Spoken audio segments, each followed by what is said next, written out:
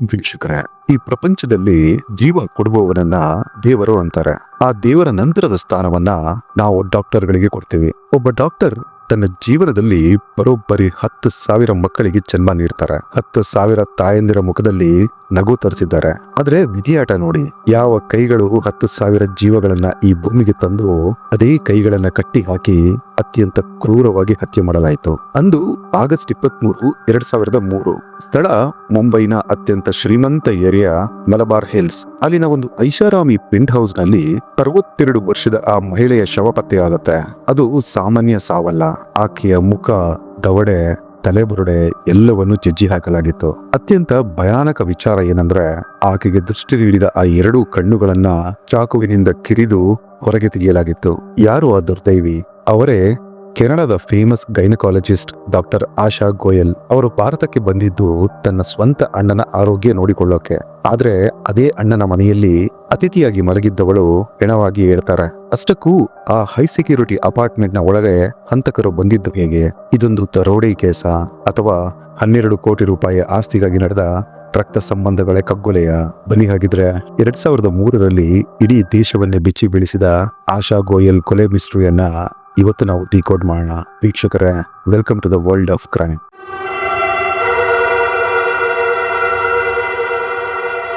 ಆಶಾ ಗೋಯಲ್ ಅವರ ಕತೆ ಶುರುವಾಗಿದ್ದು ಉತ್ತರ ಪ್ರದೇಶದ ಮಥುರಾದಲ್ಲಿ. ತಂದೆ ರಣಚೋರ್ ದಾಸ್ ಅಗರ್ವಾಲ್. ತೀರಾ ಸಾಧಾರಣ ಕುಟುಂಬ ಅವರದು. ಆದ್ರೆ ಆಶಾಗೆ ಬಾಲ್ಯದಿಂದಲೂ ಡಾಕ್ಟರ್ ಆಗ್ಬೇಕು ಅನ್ನೋ ದೊಡ್ಡ ಕನಸಿತ್ತು. ಕುಟುಂಬ ಮುಂಬೈಗೆ ಶಿಫ್ಟ್ ಆಗತ್ತೆ.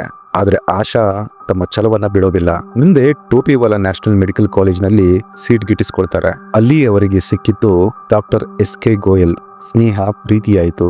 1963ರಲ್ಲಿ ಮದುವೆಯೂ ಆಯ್ತು. ಇಲ್ಲಿಗೆ ಅವರ ಲೈಫ್ ಸೆಟ್ಲ್ ಆಯ್ತು ಅಂತ ಅನ್ಕೊಂಡ್ರ? ಇಲ್ಲ. ಆಶಾ ಅವರ ಕನಸು ಬಹಳ ದೊಡ್ಡದಾಗಿತ್ತು. ಮದುವೆಯಾದಾಗ ಅವರಿಗೆ ಕೇವಲ 22 ವರ್ಷ, ಗಂಡನಿಗೆ 25 ವರ್ಷ. ಇಬ್ಬರು ಕೆನಡಾ ದೇಶಕ್ಕೆ ಹಾರತಾರೆ. ಅದು 1960ರ ದಶಕ. ಒಂದು ಹೊಸ ದೇಶದಲ್ಲಿ ಭಾರತೀಯರು ನೆಲೆ ಕಾಣೋದು ಅಷ್ಟು ಸುಲಭ ಇರಲಿಲ್ಲ. ಆದ್ರೆ ಆಶಾ ಗೋಯಲ್ ತಮ್ಮ ಟ್ಯಾಲೆಂಟ್ ಮತ್ತು ಡೆಡಿಕೇಶನ್ ಇಂದ ಎಷ್ಟು ಎತ್ತರಕ್ಕೆ ಬೆಳೆದ್ರು ಅಂದ್ರೆ 1987ರ ಹೊತ್ತಿಗೆ ಕೆನಡಾದ famous head waters health care ಆಸ್ಪತ್ರೆಯ ಹೆರಿಗೆ ವಿಭಾಗದ ಮುಖ್ಯಸ್ಥರಾಗಿದ್ರು. 2003ರವರೆಗೆ ಬರೋಬ್ಬರಿ 10,000 ಹೆರಿಗೆ ಮಾಡಿಸಿ ದಾಖಲೆ ಬರೆದ್ರು. ಕೈ ತುಂಬಾ ಹಣ, ಕೀರ್ತಿ, ಕೆನಡಾದಲ್ಲಿ ಸುಂದರವಾದ ಬದುಕು. ಆದ್ರೆ ಆ ಒಂದೇ ಒಂದು ನಿರ್ಧಾರ ಅವರ ಹಣೆ ಬರಹವನ್ನ ಬದಲಿಸಿ ಹಾಕತ್ತೆ. ಅದೇ ಭಾರತ ಪ್ರವಾಸ. ಈಗ ಆಗಸ್ಟ್ 2003, ಆಶಾ ಗೋಯಲ್ರಿಗೆ ಮುಂಬೈನಿಂದ ಒಂದು ಕರೆ ಬರುತ್ತೆ. ತನ್ನ 2ನೇ ಅಣ್ಣ 70 ವರ್ಷದ ಸುರೇಶ್ ಅಗರ್ವಾಲ್ರಿಗೆ ಹುಷಾರಿಲ್ಲ, ಕಿಡ್ನಿ ಸಮಸ್ಯೆ ಇದೆ, ಕೊನೆಗಾಲದಲ್ಲಿ ಇದ್ದಾರೆ ಅಂತ. ಅಣ್ಣನ ಮೇಲಿನ ಪ್ರೀತಿಯಿಂದ ಆಶಾ ತಮ್ಮ ಮಗನ ಜೊತೆ ಮುಂಬೈಗೆ ಬರ್ತಾರೆ. ಆಗಸ್ಟ್ 24ಕ್ಕೆ ವಾಪಸ್ ಕೆನಡಾಕ್ಕೆ ಹೋಗಕ್ಕೆ ಪ್ಲಾನ್ ಕೂಡ ಆಗಿತ್ತು. ಆದ್ರೆ ವಿಧಿ ಆಟ ಅಂದ್ರೆ ಇದೇ ಇರಬೇಕು. ಕೆಲಸದ ನಿಮಿತ್ತ ಮಗ ಸಂಜಯ್ ಆಗಸ್ಟ್ 18ಕ್ಕೆ ಕೆನಡಾಗೆ ವಾಪಸ್ ಹೋಗ್ತಾರೆ. ಆಶಾ ಒಬ್ರೆ ಮುಂಬೈನಲ್ಲಿ ಉಳ್ಕೋತಾರೆ. ಅಂದು ಆಗಸ್ಟ್ 22, 2003. ವಾಪಸ್ ಹೋಗೋಕೆ ಇನ್ನು 2 ದಿನ ಬಾಕಿ ಇತ್ತು. ಅಂದು ಸಂಜೆ ಆಶಾ ಗೋಯಲ್ರಿಗೆ ಅಣ್ಣ ಸುರೇಶ್ ಅಗರ್ವಾಲ್ರಿಂದ ಒಂದು ಕರೆ ಬರುತ್ತೆ. ಊರಿಗೆ ಹೋಗೋಕೆ ಮುಂಚೆ ಮನೆಗೆ ಬಾ, ಊಟ ಮಾಡಿ ಹೋಗುವಂತೆ ಅಂತ. ಅದಕ್ಕೆ ಆಶಾ ಗೋಯಲ್ ಒಪ್ಕೋತಾರೆ. ಸುರೇಶ್ ಇದ್ದಿದ್ದು ಎಲ್ಲಿ ಗೊತ್ತಾ?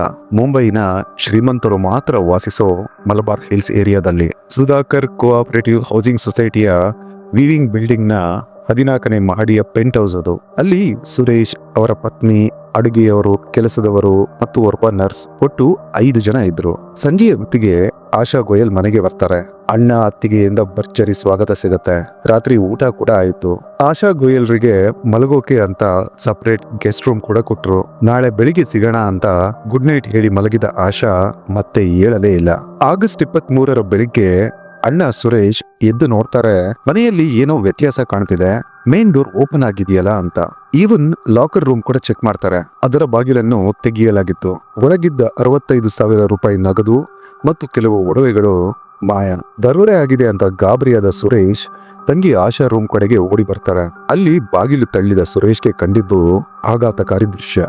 ಆ ಬೆಡ್ನ ಮೇಲೆ ಡಾಕ್ಟರ್ ಆಶಾ ರಕ್ತದ ಮಡುವಿನಲ್ಲಿ ಬಿದ್ದಿದ್ರು. ಯಾರೋ ರಾಕ್ಷಸರು ಅವರ ಮೇಲೆ ಮುಗಿ ಬಿದ್ದಿದ್ರು. ಪೊಲೀಸ್ ರಿಪೋರ್ಟ್ ಪ್ರಕಾರ ಅವರ ದೇಹದ ಮೇಲೆ ಬರೋಬ್ಬರಿ 23 ಗಾಯಗಳಿದ್ದವು. ದವಡೆಯ ಎಲುಬು ಪುಡಿ ಪುಡಿಯಾಗಿತ್ತು. ತೆಳುವಾದ ಕಬ್ಬಿಣದ ರಾಡ್ ನಿಂದ ಹೊಡೆಯಲಾಗಿತ್ತು. ಎಲ್ಲದಕ್ಕಿಂತ ಭೀಕರ ಅಂದ್ರೆ ಚಾಕುವಿನಿಂದ ಅವರ ಕಣ್ಣುಗಳನ್ನ ಚುಚ್ಚಿ ಹೊರತೆಗೆಯಲಾಗಿತ್ತು. ಯಾಕೆ ಇಷ್ಟು ಕ್ರೌರ್ಯ? ಒಬ್ಬ 62 ವರ್ಷದ ವೃದ್ಧ ಮಹಿಳೆಯ ಮೇಲೆ, ಅದು ಒಬ್ಬ ಡಾಕ್ಟರ್ ಮೇಲೆ ಇಷ್ಟು ದ್ವೇಷ ಸಾಧಿಸಿದ್ದು ಯಾರು? ಮಲಬಾರ್ ಹಿಲ್ಸ್ ನ ಪೊಲೀಸರು ಇಮಿಡಿಯೇಟ್ ಆಗಿ ಸ್ಥಳಕ್ಕೆ ಬರ್ತಾರೆ. Finger prints experts, dog squad ಎಲ್ಲ ಬರುತ್ತೆ. ಮೇಲ್ನೋಟಕ್ಕೆ ಇದೊಂದು ದರೋಡೆಗಾಗಿ ನಡೆದ ಕೊಲೆ ತರನೇ ಕಾಣಿಸ್ತಿತ್ತು. ಯಾಕೆಂದ್ರೆ ಹಣ ಹೋಗಿತ್ತು, ಒಡವೆ ಹೋಗಿತ್ತು. ಆದ್ರೆ ಪೊಲೀಸರಿಗೆ ಒಂದು ಸಂಶಯ ಕಾಡ್ತಾನೆ ಇತ್ತು. ಪೊಲೀಸರು ಈ ಕೇಸ್ನ ವಿಚಾರವಾಗಿ ತನಿಖೆ ಶುರು ಮಾಡ್ತಾರೆ. ಅವರ ಮೊದಲ ಪ್ರಶ್ನೆ, ಕಳ್ಳರು ಒಳಗೆ ಬಂದಿದ್ದು ಹೇಗೆ?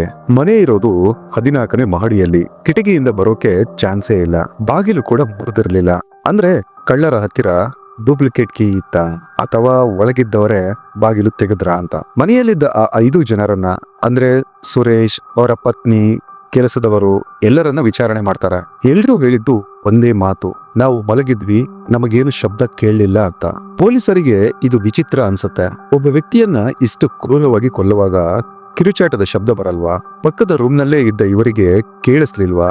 ಅದರ ಜೊತೆಗೆ ಪೊಲೀಸರಿಗೆ ಘಟನಾ ಸ್ಥಳದಲ್ಲಿ 2 ಬೇರೆ ಬೇರೆ ವ್ಯಕ್ತಿಗಳ DNA ಸಿಕ್ಕುತ್ತೆ. ಆದ್ರೆ ಅದು ಮನೆಯಲ್ಲಿದ್ದ 5 ಜನರಿಗೆ ಮ್ಯಾಚ್ ಆಗಲ್ಲ. ಇಲ್ಲಿಂದ ಈ ಕೇಸ್ನಲ್ಲಿ ಇನ್ವೆಸ್ಟಿಗೇಷನ್ ನಿಧಾನ ಆಗ್ತಾ ಹೋಗುತ್ತೆ. ದರೋಡೆ ಕೇಸ್ ಅಂತ ಫೈಲ್ ಕೂಡ ಕ್ಲೋಸ್ ಆಗೋ ಹಂತಕ್ಕೆ ಬರುತ್ತೆ. ಆದ್ರೆ ಕೆನಡಾದಿಂದ ಬಂದ ಆಶಾರವರ ಮಕ್ಕಳು ಮತ್ತು ಗಂಡ ಸುಮ್ಮನೆ ಕೂರ್ಲಿಲ್ಲ. ಇದು ದರೋಡೆ ಅಲ್ಲ, ಇದರ ಹಿಂದೆ ದೊಡ್ಡ ಪ್ಲಾನ್ ಇದೆ ಅಂತ ಹೈಕೋರ್ಟ್ನ ಮೆಟ್ಟಿಲಿರ್ತಾರೆ. ಕೇಸ್ ಲೋಕಲ್ ಪೊಲೀಸರಿಂದ ಮುಂಬೈನ ಕ್ರೈಮ್ ಬ್ರಾಂಚ್ಗೆ ವರ್ಗಾವಣೆ ಆಗತ್ತೆ. ಕ್ರೈಮ್ ಬ್ರಾಂಚ್ನವರು ಈ ಮನೆಯ ಹಿನ್ನೆಲೆಯನ್ನ ಜಾಲಾಡಕ್ಕೆ ಶುರು ಮಾಡ್ತಾರೆ. ಆಗ ಅವರಿಗೆ ಸಿಕ್ಕಿದ್ದು 12 ಕೋಟಿಯ ಬೆಲೆ ಬಾಳುವ ಆಸ್ತಿಯ ಕತೆ. ಈ ಕೊಲೆಯ ಅಸಲಿ ಕಾರಣ ಅದೇ ಮಲಬಾರ್ ಹಿಲ್ಸ್ ನ ಫ್ಲಾಟ್. ಆಶಾ ಅವರ ತಂದೆ ರಣಚೋರ್ ದಾಸ್ ಅಗರ್ವಾಲ್ ಕೋಟ್ಯಾಧಿಪತಿ. ಅವರು ಸತ್ತ ಮೇಲೆ ಆಸ್ತಿಗಾಗಿ ಮಕ್ಕಳ ನಡುವೆ ಜಗಳ ಶುರುವಾಗತ್ತೆ. 3 ಗಂಡು ಮಕ್ಕಳು, ಅದರಲ್ಲಿ ಮೊದಲನೆಯವರು ಸುರೇಶ್, ಅವರಿರೋದು ಮುಂಬೈನಲ್ಲಿ. ಮತ್ತೊಬ್ಬರು ಸುಭಾಷ್, ಆತ ಸೆಟ್ಲ್ ಆಗಿರೋದು ಕೆನಡಾದಲ್ಲಿ. ಮತ್ತೆ ಶೇಖರ್, ಆತ ಸೆಟ್ಲ್ ಆಗಿರೋದು ಅಮೆರಿಕದಲ್ಲಿ. ಆ 12 ಕೋಟಿಯ ಬೆಲೆ ಬಾಳುವ ಫ್ಲಾಟ್ ತನಗೇ ಬೇಕು ಅಂತ ಸುರೇಶ್ ಮತ್ತು ಸುಭಾಷ್ ಒಂದಾಗ್ತಾರೆ. ಶೇಖರ್ಗೆ ಆಸ್ತಿ ಕೊಡ್ಬಾರ್ದು ಅಂತ ಪ್ಲಾನ್ ಮಾಡ್ತಾರೆ. ಆಗ ಎಂಟ್ರಿ ಕೊಟ್ಟಿದ್ದೆ ನಮ್ಮ ಆಶಾ ಗೋಯಲ್. ಅನ್ಯಾಯ ಮಾಡಬೇಡಿ, ಅಪ್ಪನ ಆಸ್ತಿಯಲ್ಲಿ ಗಂಡು ಹೆಣ್ಣು ಎಲ್ಲರಿಗೂ ಸಮಪಾಲು ಸಿಗ್ಬೇಕು, ಎಲ್ಲ ಮಕ್ಕಳಿಗೂ ಹಂಚಿಕೆ ಆಗ್ಬೇಕು ಅಂತ ನ್ಯೂಟ್ರಲ್ ಆಗಿ ನಿಂತ್ಕೋತಾರೆ. ಇದು ಸುರೇಶ್ ಮತ್ತು ಸುಭಾಷ್ಗೆ ಇಷ್ಟವಾಗಲ್ಲ. ಈಕೆ ಮಧ್ಯೆ ಬಂದ್ರೆ ನಮಗೆ ಸಿಗೋ ಆಸ್ತಿ ಕೈ ತಪ್ಪುತ್ತೆ ಅನ್ನೋ ಭಯ ಶುರುವಾಗತ್ತೆ. ಅದರಲ್ಲೂ ಸುರೇಶ್ಗೆ ಆ ಅಪಾರ್ಟ್ಮೆಂಟ್ ಮೇಲೆ ಎಲ್ಲಿಲ್ಲದ ವ್ಯಾಮೋಹ. ಸಾಯೋ ಸ್ಥಿತಿಯಲ್ಲಿದ್ರು ಆ ಆಸ್ತಿ ಬಿಟ್ಟು ಕೊಡೋಕೆ ಆತ ರೆಡಿ ಇರಲಿಲ್ಲ. ಹಾಗಾದ್ರೆ ತನ್ನ ದಾರಿಗೆ ಅಡ್ಡ ಬಂದ ತಂಗಿಯನ್ನ ಮುಗಿಸೋಕೆ ಅಣ್ಣನೇ ಸುಪಾರಿ ಕೊಟ್ರ? ಅಂತ ಕ್ರೈಮ್ ಬ್ರಾಂಚ್ ನ ಪೊಲೀಸರು ಸುರೇಶ್ನ ಆಸ್ತಿ ವ್ಯವಹಾರ ನೋಡ್ಕೊಳ್ತಿದ್ದ ಮ್ಯಾನೇಜರ್ ಪ್ರದೀಪ್ ಪ್ರತಾಪ್ನ ವಶಕ್ಕೆ ಪಡಿತಾರೆ. ಈ ಪ್ರದೀಪ್ ಘಟನೆ ನಡೆಯೋಕು 2 ದಿನ ಮುಂಚೆ ಆ ಅಪಾರ್ಟ್ಮೆಂಟ್ಗೆ ಬಂದು ಹೋಗಿದ್ದ. ಪೊಲೀಸರು ಆತನನ್ನ ಬಹಳನೇ ಸ್ಟ್ರಿಕ್ಟ್ ಆಗಿ ವಿಚಾರಣೆ ಮಾಡ್ತಾರೆ. ಕೊನೆಗೂ ಪ್ರದೀಪ್ ಬಾಯಿ ಬಿಡ್ತಾನೆ. ಆತ ಹೇಳಿದ ಸತ್ಯ ಕೇಳಿ ಪೊಲೀಸರು ಬೆಚ್ಚಿ ಬೀಳ್ತಾರೆ. ಹೌದು, ಕೊಲೆ ಮಾಡಿದ್ದು ನಾವೇ, ಆದ್ರೆ ನಮಗೆ ಆರ್ಡರ್ ಕೊಟ್ಟಿದ್ದು ಬೇರೆ ಯಾರು ಅಲ್ಲ, ಸ್ವತಃ ಆಶಾ ಗೋಯಲ್ ರವರ ಅಣ್ಣ ಸುರೇಶ್ ಅಗರ್ವಾಲ್. ಕೇವಲ ಸುರೇಶ್ ಮಾತ್ರ ಅಲ್ಲ, ಕೆನಡಾದಲ್ಲಿ ಕೂತಿದ್ದ ಇನ್ನೊಬ್ಬ ಅಣ್ಣ ಸುಭಾಷ್ ಕೂಡ ಇದರ ಮಾಸ್ಟರ್ ಮೈಂಡ್ ಅಂತಾನೆ. ವಿಪರ್ಯಾಸ ನೋಡಿ, ಆಶಾ ಗೋಯಲ್ ಯಾರ ಆರೋಗ್ಯ ನೋಡೋಕೆ ಅಂತ ಕೆನಡಾದಿಂದ ಬಂದ್ರೋ ಅದೇ ಸುರೇಶ್ ಇಲ್ಲಿ ಪ್ಲಾನ್ ಮಾಡಿ ಕಾಯ್ತಿದ್ದ. ಯಾರ ಜೊತೆ ಕೆನಡಾದಲ್ಲೇ ಒಟ್ಟಿಗೆ ಬೆಳೆದ್ರೋ ಆ ಸುಭಾಷ್ ಅಲ್ಲಿಂದಲೇ ಸ್ಕೆಚ್ ಹಾಕಿದ್ದ.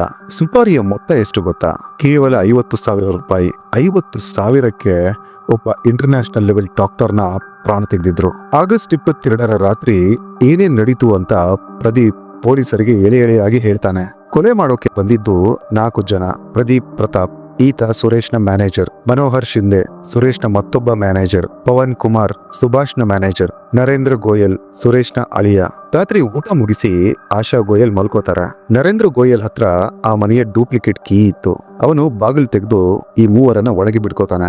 4 ದೈತ್ಯರು ನೇರವಾಗಿ ಗೆಸ್ಟ್ ರೂಮ್ಗೆ ಹೋಗ್ತಾರೆ. ನಿದ್ದೆಯಲ್ಲಿದ್ದ ಆಶಾರ ಬಾಯನ್ನ ಮುಚ್ಚಿ ಕೈಕಾಲುಗಳನ್ನ ಕಟ್ಟಿ ಹಾಕ್ತಾರೆ. ಯಾವುದೇ ಕರುಣೆ ಇಲ್ಲದೆ ರಾಡ್ ನಿಂದ ಮುಖ, ತಲೆ ಎತ್ತ ಹೊಡೆಯಕ್ಕೆ ಶುರು ಮಾಡ್ತಾರೆ. ಆಕೆ ಪ್ರಾಣ ಬಿಡೋವರೆಗೂ ಚಿತ್ರಹಿಂಸೆ ಕೊಡ್ತಾರೆ. ಕೊನೆಗೆ ಇದು ದರೋಡೆ ಅಂತ ಬಿಂಬಿಸೋಕೆ ಲಾಕರ್ ನಲ್ಲಿದ್ದ ದುಡ್ಡು ತಗೊಂಡು ಕಣ್ಣಿಗೆ ಚುಚ್ಚಿ ಪರಾರಿ ಆಗ್ತಾರೆ. ಇದೆಲ್ಲ ನಡೀತಿರುವಾಗ ಪಕ್ಕದ ರೂಮ್ ನಲ್ಲಿ ಇದ್ದ ಅಣ್ಣ ಸುರೇಶ್ ತನಗೇನು ಗೊತ್ತಿಲ್ಲ ಅನ್ನೋ ತರ ನಾಟಕ ಮಾಡ್ತಿದ್ದ. ವೀಕ್ಷಕರೇ, ಈ ಕೇಸ್ನ ಕ್ಲೈಮ್ಯಾಕ್ಸ್ ಬಹಳನೇ ನೋವಿನಿಂದ ಕೂಡಿದೆ. ಪೊಲೀಸರು 4 ಆರೋಪಿಗಳನ್ನ ಅರೆಸ್ಟ್ ಮಾಡ್ತಾರೆ.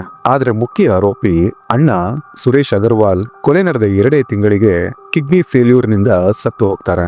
ಇನ್ನೊಬ್ಬ ಅಣ್ಣ ಸುಭಾಷ್ ಕೆನಡಾ ಸಿಟಿಜನ್ ಆಗಿರೋದ್ರಿಂದ ಅವನು ಇವತ್ತಿಗೂ ಕೈಗೆ ಸಿಗ್ಲಿಲ್ಲ. ಇವತ್ತಿಗೂ ಆತ ಮೋಸ್ಟ್ ವಾಂಟೆಡ್ ಲಿಸ್ಟ್ ನಲ್ಲಿದ್ದಾನೆ. ಅರೆಸ್ಟ್ ಆದ ಪ್ರದೀಪ್, ಪವನ್, ಮನೋಹರ್ ಜಾಮೀನಿನ ಮೇಲೆ ಹೊರಗೆ ಬಂದ್ರು. ನರೇಂದ್ರ ಗೋಯಲ್ ತಾನು ದೆಹಲಿಯಲ್ಲಿ ಇದ್ದೆ ಅಂತ ನಕಲಿ ಸಾಕ್ಷಿ ಕೊಟ್ಟು ಕೇಸ್ನಿಂದ ಖುಲಾಸೆ ಆಗ್ತಾನೆ. ಇವತ್ತು 2025, ಬರೋಬ್ಬರಿ 22 ವರ್ಷ ಕಳೀತು. ಆದ್ರೆ ಡಾಕ್ಟರ್ ಆಶಾ ಗೋಯಲ್ ಆತ್ಮಕ್ಕೆ ಇನ್ನೂ ಶಾಂತಿ ಸಿಗ್ಲಿಲ್ಲ. ಅವರ ಮಕ್ಕಳು ತಮ್ಮ ತಾಯಿಯ ನ್ಯಾಯಕ್ಕಾಗಿ ಕೋಟಿ ಖರ್ಚು ಮಾಡಿ ಇವತ್ತಿಗೂ ಹೋರಾಡ್ತಿದ್ದಾರೆ. ಆದ್ರೆ ನಮ್ಮ ಕಾನೂನು ವ್ಯವಸ್ಥೆ ಎಷ್ಟೊಂದು ನಿಧಾನ ಅಂದ್ರೆ, ಕಣ್ಣ ಮುಂದೆಯೇ ಸಾಕ್ಷಿ ಇದ್ರು ಅಪರಾಧಿಗಳು ರಾಜಾರೋಷವಾಗಿ ಓಡಾಡ್ತಿದ್ದಾರೆ. ವೀಕ್ಷಕರೇ, ಒಂದು ಕಡೆ 10,000 ಜೀವ ಉಳಿಸಿದ ಕೈಗಳು, ಇನ್ನೊಂದು ಕಡೆ 12 ಕೋಟಿ ಆಸ್ತಿಗಾಗಿ ರಕ್ತ ಸಂಬಂಧವನ್ನೇ ಬಲಿ ಪಡೆದ ರಾಕ್ಷಸರು. ಮನುಷ್ಯನ ಆಸೆ ಎಲ್ಲಿಗೆ ತಲುಪಬಹುದು ಅನ್ನೋದಕ್ಕೆ ಈ ಕೇಸ್ ಒಂದು ಭಯಾನಕ ಉದಾಹರಣೆ. ವೀಕ್ಷಕರೇ, ಈ ಕೇಸ್ನ ಬಗ್ಗೆ ನಿಮ್ಮ ಅಭಿಪ್ರಾಯಗಳನ್ನ ಕಾಮೆಂಟ್ ಸೆಕ್ಷನ್ ಅಲ್ಲಿ ತಿಳಿಸಿ ಅಂತ ರಿಕ್ವೆಸ್ಟ್ ಮಾಡ್ತಾ ಸಿಗ್ತೀನಿ ಮುಂದಿನ ಎಪಿಸೋಡ್ ನಲ್ಲಿ. Till then, take care.